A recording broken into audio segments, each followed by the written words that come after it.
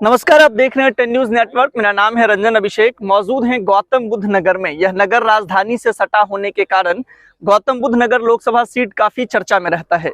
सालों भर और पूरे 5 साल ये सुर्खियों में रहता है, कई बार अपने प्रोजेक्ट्स को लेकर तो कई बार अनन्य चीजों को लेकर। इस बार यहाँ से मौजूदा सांसद हैं डॉक्टर महेश शर्मा और फिर एक बार पार्टी ने उन पर भरोसा जताया है। वो चौथी बार गौतम बुद्ध नगर के मैदान में उतरेंगे।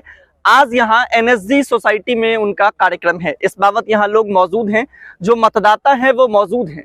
केंद्र सरकार यानी मोदी सरकार की एक कार्यक्रम है सांसद आपके द्वारा, और उस कार्यक्रम के तहत वो लगातार जनसंपर्क कर रहे हैं। तो हमसे बातचीत करने के लिए यहाँ इस सोसाइटी के कई अहम लोग हैं, जिनसे हम बातचीत करेंगे और जानेंगे कि उनकी क्या अपेक्षाएं हैं। बीते 3 कार्यकाल में 2014-2019 वाले कार्यकाल में जो है कितनी उनकी अपेक्षाएं पूरी हो सकी सांसद से, और अब अगली बार जब वो सांसद बनेंगे और जीत के आएंगे तो उनसे क्या कुछ उम्मीदें हैं। सर, सबसे पहले आपका बहुत स्वागत है, अपना परिचय देंगे।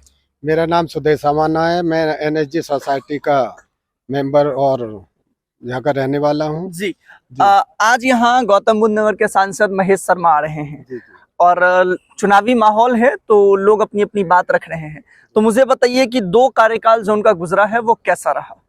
सांसद जी का कार्यकाल बहुत अच्छी तरीका से गुजरा। उन्होंने हर लेवल पे कार्यकर्ताओं का और उनका क्षेत्र की जनता का जो है अच्छा काम किया है। किसानों का भी, बेरोजगारों का भी और आपके व्यापारियों का भी, और एक इंटरनेशनल जो हवाई अड्डा जो बनवाया उसकी अहम भूमिका डॉक्टर साहब की रही है। अब अगली बार चूंकि पार्टी ने उन्हें फिर से टिकट दिया है और चौथी बार वो गौतम बुद्ध नगर के लोकसभा चुनाव में चुनाव लड़ रहे हैं यहाँ से, तो आगे जब वो बन के सदन में जाएंगे तो क्या उम्मीदें हैं। और कयास लगाए जा रहे हैं कि एक कद्दावर नेता है तो उनके मंत्री बनने की भी चर्चा कहीं कहीं गाहे बगाहे होती है कि फिर एक बार उन्हें जिम्मेदारी दी जाए। तो आप क्या कहना चाहेंगे। हमें लगता है कि यहाँ से जीत तो उनकी पक्की है, कम से कम 7 लाख से जीतेंगे। और आने वाले समय में जो अगला केंद्रीय नेतृत्व जो हमारा देख रहा है उनको मंत्रालय अवश्य मिलेगा। और यहाँ की जो किसानों की समस्याएं हैं या व्यापारियों की समस्याएं हैं या इंडस्ट्रीज की जो समस्याएं हैं उनको वो पूर्ण तरह से कराने में सफल होंगे। और भी लोग हैं हमारे साथ, तो हम उनसे भी बातचीत कर लेते हैं। सर, सबसे पहले अपना परिचय देंगे। मैं योगेंद्र सिंह नागर। आप यहाँ के स्थानीय निवासी हैं? जी। आज आपके सांसद यहाँ आ रहे हैं जी। क्या मांग है, क्या अपेक्षा है, क्या उम्मीदें हैं उनसे। हमारे सांसद जी वैसे तो पहले से ही लगातार बहुत अच्छा कार्य करते आ रहे हैं, उनकी सबकी सराहना हो रही है। और हम उनसे अभी भी आगे मैं वैसे अपना पूर्ण परिचय देता हूं। मैं योगेंद्र सिंह नागर, प्रदेश उपाध्यक्ष भारतीय किसान यूनियन भानु। हमारे संगठन का प्रॉपर सरकार के साथ योगदान रहा है, कंधे से कंधा मिला के हम लोग काम कर रहे हैं। और हमें उम्मीद है कि सांसद साहब आने वाले समय में जो हमारे किसानों की समस्याएं हैं उन्हें बड़े अच्छे तरीके से सुलझाएंगे।